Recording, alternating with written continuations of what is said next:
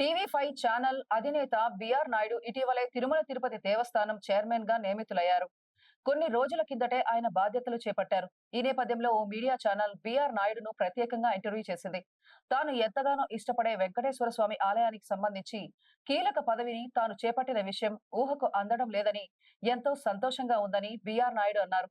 ఆ అనుభూతిని మాటల్లో వర్ణించలేనని తెలియజేశారు. ముఖ్యంగా చంద్రబాబుకు, నారా లోకేష్ కు, పవన్ కళ్యాణ్ కు, మిగిలిన ఎన్డీఏ పెద్దలందరికీ కృతజ్ఞతలు తెలుపుకుంటున్నారని వెల్లడించారు. తాను మొదటి నుంచి టీటీడీ చైర్మన్ పదవిపై తాను ఆశపడిన మాట వాస్తవమేనని అన్నారు.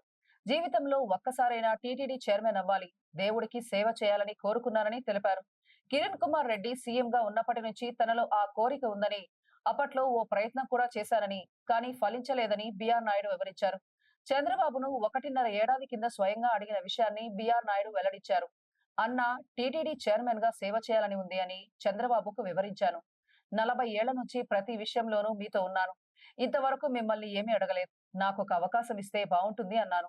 దాంతో చంద్రబాబు నాయుడు కొంతసేపు ఆలోచించి సానుకూలంగా స్పందించారు. ఆ పదవికి మీరు అర్హులు అని అన్నారు. ఇక ఎన్నికలు అయిపోయాక జూన్ 29న వెళ్లి కలిశాను. టీటీడీ చైర్మన్ పదవిపై మీరు హామీ ఇచ్చారు అని ఆయనకు గుర్తు చేశాను.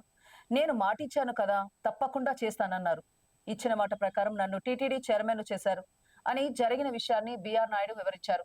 తిరుమల శ్రీవారి దర్శనాలపైన బిఆర్ నాయుడు ఆసక్తికర వ్యాఖ్యలు చేశారు. రద్దీ సమయాల్లో భక్తులను ఓ కంపార్ట్మెంట్ లో వేసి 30 గంటల పాటు లాక్ చేయడం, ఆ తర్వాత దర్శనానికి వదిలి కేవలం కొన్ని సెకండ్ల పాటే దేవుడిని చూసే అవకాశం కల్పించడం సరికాదని అభిప్రాయపడ్డారు. అన్ని గంటలు ఎదురు చూసిన భక్తుడు మహా లఘు దర్శనంలో భాగంగా కొన్ని సెకండ్ల పాటు దేవుణ్ణి చూసి ఏం సంతృప్తి చెందుతాడని అన్నారు.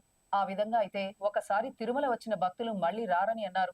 అందుకే కనీసం 20 సెకండ్ల పాటు అయినా భక్తులకు దర్శనాలు కల్పించాలన్నది తన ఉద్దేశమని వెల్లడించారు.